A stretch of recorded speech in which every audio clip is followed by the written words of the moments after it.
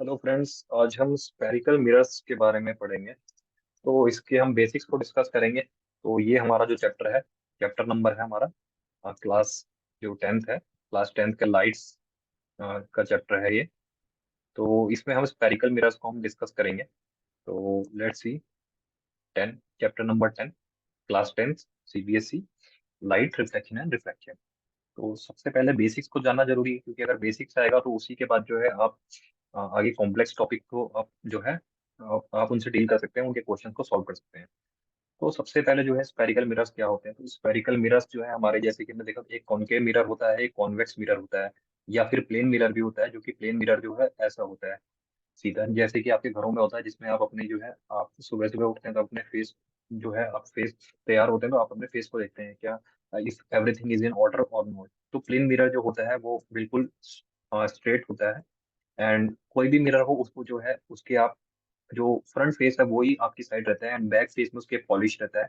उसमें पॉलिश रहता है तो उस पॉलिश के कारण जो रिफ्लेक्शन होता है उससे जो है आप अपने आप को देख पाते हैं।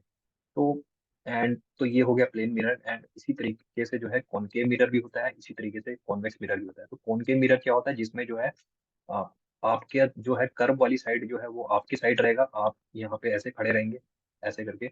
एंड जो इसके बैकवर्ड पार्ट है वहाँ पे क्या है, पॉलिश्ड रहेगा। एंड उसी तरीके से कॉन्वेक्स मिरर है, आप यहाँ पे उसके सामने खड़े रहेंगे तो जो बैंड पार्ट है वो आपके सामने रहेगा, एंड जो पॉलिश वाला पार्ट है वो बैकवर्ड में रहेगा। तो ये आप है। तो उसी तरीके से जो है प्लेन मिरर में जो है हम एग्जैक्ट अपने आप को जो देखते हैं वो एग्जैक्ट सेम साइज का देखते हैं। बट लाइक अगर जैसे ही इस प्लेन मिरर को घुमा दिया जाए, या फिर इस प्लेन मिरर को ऐसे कर दिया जाए, अंदर की तरफ घुमा दिया जाए या बाहर की तरफ घुमा दिया जाए, तो फिर है आप अपनी इमेज को एग्जैक्टली सेम साइज का नहीं देखेंगे, फिर उसमें जो कॉनकेव एंड कॉन्वेक्स का इफेक्ट आ जाएगा। एंड उसमें जो है उसके बाद आप जो है आप अपने आप को या फिर बड़ा देख सकते हैं या फिर छोटा देख सकते हैं। तो अगर कॉनकेव मिरर होगा तो आप अपने आप को बहुत बड़ा दिखाई देंगे, एंड उसी तरीके से आप कॉन्वेक्स मिरर में देखेंगे तो आपको जो है अपने आप को बहुत छोटा आप अपने आप को देख पाएंगे। तो इनके जो कंसेप्ट हैं वो क्या है, सबसे पहले तो जो कंसेप्ट है भाई, जो ये मिरर्स बनाए जाते हैं वो स्फेरिकल पार्ट्स जो है उनको काट के बनाए जाते हैं। यानी कि जो शीशा है या फिर कोई भी मिरर कहिए, वो किसी स्फेयर का ही पार्ट रहे होंगे, एंड उसमें से ही काट के जो है अगर इसको हम आधे आधे पार्ट में काट दिया जाए, तो जो ये वाला पार्ट हमने निकाला, मान लीजिए हम इस पार्ट को हम निकाल रहे हैं, तो ये जो पार्ट है इस तरीके से हमारा मिरर है। एंड इसके अंदर अगर हम पॉलिश कर देंगे तो ये जो है हमारा क्या बनेगा, कॉन्वेक्स मिरर बन जाएगा। उसी तरीके से अगर हम ये वाला पार्ट अगर निकाल दें किसी मिरर का, तो इस तरीके से जो बेंट मिरर है, जो कि किसी स्फेयर का पार्ट रहा होगा, एंड उस मिरर को जो है आ, इस तरीके से हम कर दें, एंड इस तरीके से उसकी जो है एक सरफेस रहेगी। एंड उस सरफेस में क्या है कि आप जो है बैक साइड से अगर आप पॉलिश कर दें, एंड आपके साइड जो है वो कर्व वाली साइड अगर आपको देखने को मिले, तो वो जो है वो कॉनकेव मिरर होगा। जैसे यहाँ पे है तो देख सकते हैं बैक साइड में पॉलिश है। तो ये जो है एक तरीके से हम मान सकते हैं कि ये पहले स्फेयर रहा होगा, उस स्फेयर से हमने तोड़ के इसको निकाला हुआ है। ठीक है। तो उस स्फेयर का क्या जो हमारा सेंटर रहा होगा, क्या हमारा कर्वेचर रहा होगा, वही जो है फाइनली उस मिरर के डायमेंशन को डिफाइन करता है।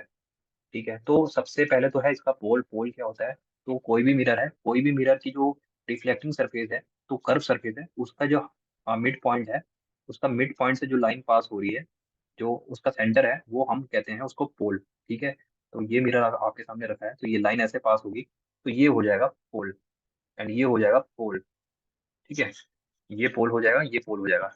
एंड अब देखते हैं जो जिस स्फेयर का ये पार्ट रहा होगा, मान लीजिए ये स्फेयर है, ये मिरर है हमारा, कौन के मिरर है, एंड ये क्या है, एक स्फेयर का पार्ट रहा होगा। मैं स्फेयर को रिक्रिएट कर देता हूँ, ऐसे रहा होगा वो स्फेयर। तो उस स्फेयर का जो सेंटर रहा होगा वो हमारा जो है कहीं ना कहीं इस मिरर का सेंटर ऑफ कर्वेचर बन जाता है, जिसको हम कहते हैं सी। ठीक है।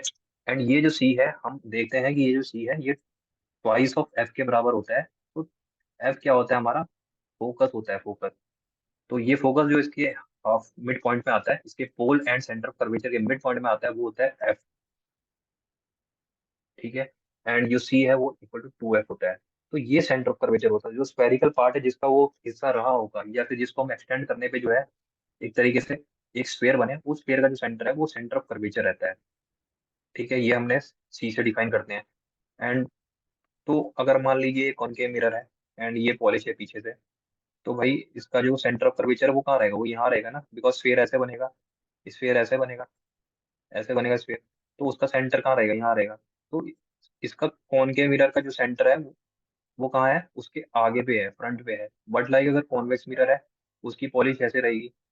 तो इसका जो स्फीयर है वो कहाँ बन रहा है, वो पीछे की साइड बन रहा है, ऐसे बन रहा है ऐसे। तो इसका सी कहाँ पे है, उसका सी यहाँ पे है, तो वो क्या है, centre of curvature of convex mirror कहाँ पे है, वो उसके पीछे है। ठीक है, ये रीजन होता है, ये लॉजिक होता है कि सेंटर ऑफ कर्वेचर हमारा क्यों कॉनकेव का आगे है एंड कॉन्वेक्स का पीछे है। ठीक है। एंड ये जो है हमारा सी जो है, सी से लेके पोल तक का डिस्टेंस है, वो हमारा क्या है, हम आर कह सकते हैं या रेडियस कह सकते हैं, जिस स्फेरिकल मिरर से हम कॉनकेव मिरर को निकाल रहे हैं। ठीक है।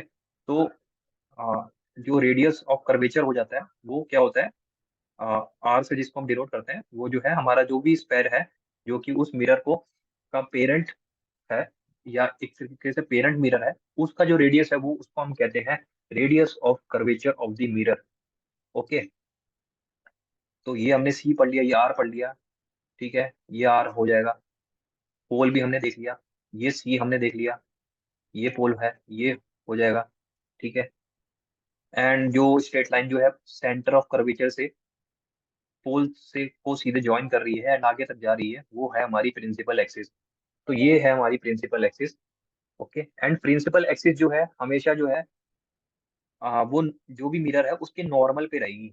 यानी ये ऐसे लाइन जा रही है, तो यहाँ जैसे पोल है, तो पोल से मैं अगर एक स्ट्रेट लाइन बनाऊं ना, तो वो जो है 90 डिग्री एंगल बनाएगी हमेशा। तो ये भी बहुत इंपॉर्टेंट कंसेप्ट है। तो ये तीन चार कंसेप्ट जो मैंने डिफाइन किए, आप बिल्कुल आप दोबारा से वीडियो को बैक करके आप जो है इनको नोट कर सकते हैं, एंड जो ये अंडरलाइन मैंने कर रखे हैं यही आपके नोट्स हैं। Okay, so that's all in this video. Thank you friends, मिलते हैं नेक्स्ट वीडियो में।